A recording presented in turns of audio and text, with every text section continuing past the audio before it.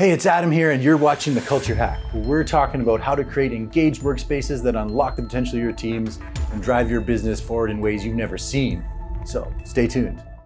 Okay, welcome. Today is an extra special day. I know I always say that, but today it's for real because I have my good friend Jan Kroman on with me. We went to university together, to high school together.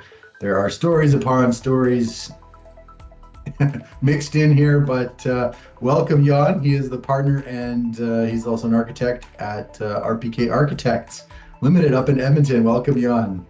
Thanks Adam. Thanks for having me. Who would have thought that Colazetti and Kroman sitting behind each other in physics class would have paid off? Right? Yeah. I mean, I guess we learned something. I don't know. Somewhere along the line. You know, it reminds me of this one time. I'm just kidding. You gotta buy me a beer if you want some real stories here about Jan and I's adventures, and there are a few, trust me. But we're not here to talk about that. We're here to talk about Jan and RPK Architects. So Jan, tell me a little bit about RPK Architects. What do you guys do? Yeah, we're a 14-person architecture company in Edmonton. We do a lot of civic, healthcare, seniors, and affordable housing.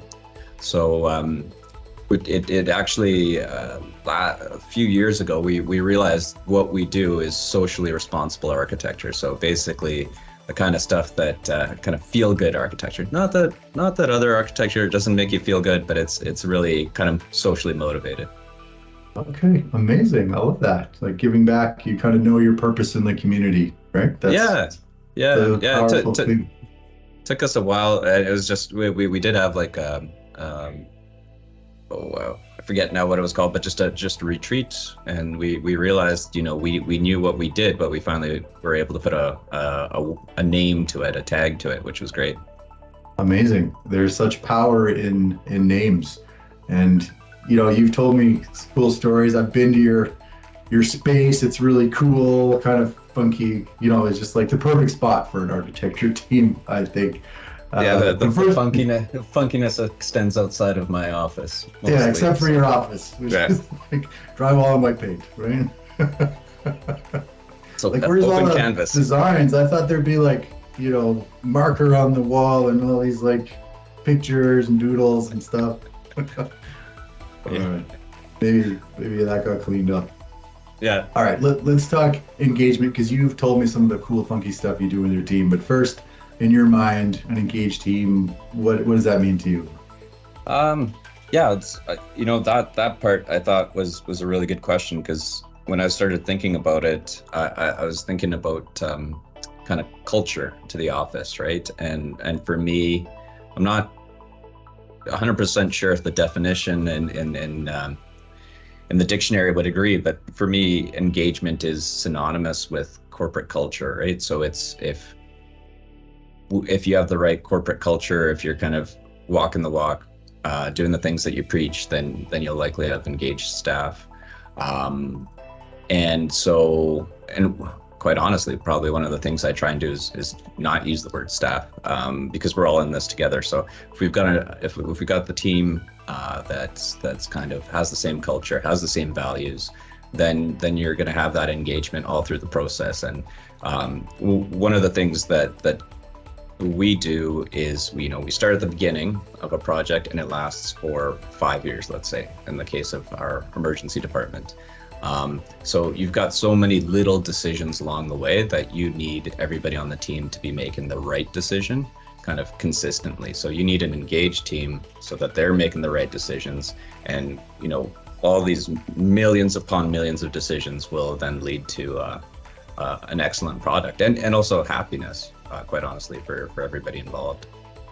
I love that, these million decisions along the way, right? And the right decision is such an interesting concept, right? The right decision with the information you have, and then tomorrow you can get new information that totally changes the information you made yesterday, right? So you can pivot, you can just move on, that kind of stuff, right? Well, yeah, I mean, and that's why I think that, like, again, to use the term culture rather than engagement, if you have the right culture, and we do talk about, like, well, that's the RPK way of doing things. So then if you have this philosophy behind it, sort of like first principles, then you can always, if new information comes to light, then you adjust, right? And it's not like It's not a top-down dictum of this is the way. It's if everybody knows what that philosophy is, then those decisions naturally get made, along the way, and we're all in alignment. Mm-hmm. Yeah, those values become guideposts, right? So you don't have to insert yourself or your partners in every single decision. People just know this is what we would do, right? For sure. Yeah, definitely. That's, I think it's much better for everybody that way, right? And, one of the things we also like to talk about is just having a horizontal structure. And, we have roles kind of by pure necessity, but, everybody, I think, contributes, and we, just try and break that down so that nobody's kind of coming in and saying how it's going to be done. We try and solicit as much input as we can, and give people the ability to make those decisions. So there's a search for the truth, right? Regardless of where it comes from. So you've told me some cool stories. You've got like whiteboards set up in your office and all that kind of stuff. Is there anything that you've done that's worked really well with your team in terms of giving them a voice or helping them? For sure. That type of thing? So we, our company's been around for over 50 years. It started in 1969. We've had lots of folks that have been around. Like we actually keep track. So on average, the length of stay at our office is 13 years. In management, it's 20 years. And when I started with the office, one of the things that happened fairly at the same time is we started adopting lean strategies. And and what lean strategies have allowed us to do is if I know lean, but like that constant pursuit of improvement, it's allowed for, I think, old systems to be questioned and improved via this philosophy. And I think that's important, because I think when you've been doing the same thing, like, literally the office has seen it from drafting boards to AutoCAD to Revit to now, maybe AI in the future.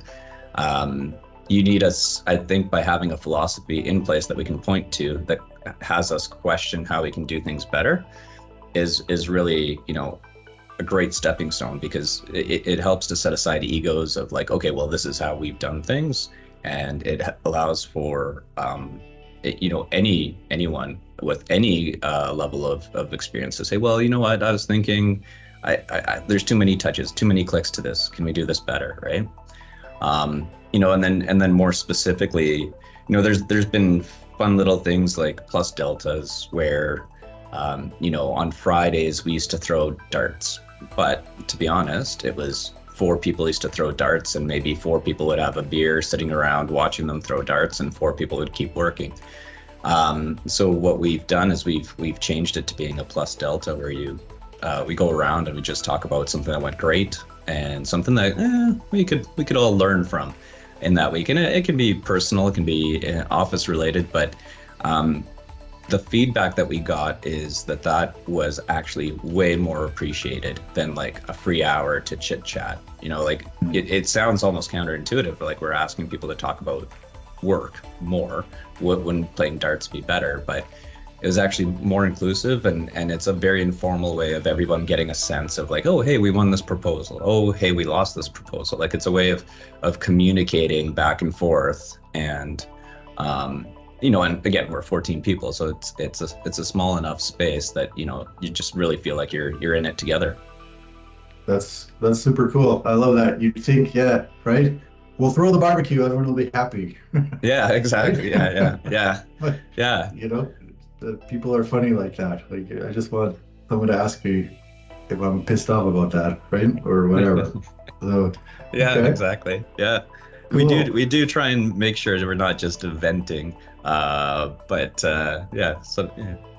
it's usually pretty good on the level. Okay. All right. I love it. And that doesn't surprise me. Darts, every time I've played darts, there's always been, 2 people playing and more people drinking than playing. So, but okay, cool. Well, you touched on a little bit like AI and kind of the future. It's really, I think everybody in every industry is kind of wondering how AI is about to disrupt them. But how do you see the future? Keeping the team engaged, with all this new stuff coming in? Like, what Yeah. are your thoughts? I'm I'm not sure like what it will result in yet. I do think that it will have, like, I'm looking forward to automation of things, and I'm looking forward to like improved QA/QC. Like, I don't think anything's going to take away from like I was saying, making the right decisions at first and doing reviews by hand. But I just imagine that eventually we'll get to a point where, let's say, the building code can be sort of automated in some aspects. Maybe there'll be particular clauses, if not the whole thing, that you run a set of drawings through it to make sure that everything's there. And proposals is another area. Maybe I'm being too specific, but like, that's something where there's lots of writing. But I do have to admit that, like, when we've tiptoed into it, it has not been as successful as you might think, or as other folks have said. So it probably just needs some refinement. But I think we'll see. I'd like to think that, like, true architecture, where you're assessing a client's needs, you're assessing the construction methodologies, you're assessing the market, you're assessing both construction market and, like, maybe sales market. There's, I think, enough intangible things where I'm kind of happy and glad that I can't see that AI will replace architecture in and of itself. But ultimately, like, I do see it as being a tool that's just going to be added to what we do. We do have some of this already. For instance, for healthcare projects, we've been kind of experimenting with database structures that work with the drawings, right? So it's let's say a room needs this, that, and the other, and some of those things can be like, it needs 2 chairs, it needs a window, it needs med gas, et cetera, and then you can check that. But I do think in the future it'll be AI just checking that for you, right? So it'll make an impact, but I think hopefully for the better, because then we'll just get to spend all our time doing the fun things like picking colors. Right? There you go. Picking art and playing darts. That's right. Right? That's right. Yeah. Yeah. Darts and feelings, if we were to sum it up, right? Okay. Amazing. All right. Yeah. There you go. That's I love it. I love the story. I love that you tried it and then tweaked it and then tried something different, and you're continually, being creative as architects do, right? Same with your culture, right? Yeah. Awesome. Well, thanks so much, Jan. It is always fun to catch up. I look forward to next time we're in the same city. We can grab a beer and have some fun. So thanks, man. Yeah, thanks for having me on. A northerner like myself these days. So catch you around. Hey, thanks for watching The Culture Hack. Do you want to chat culture and engagement? Give us a call and come on the show.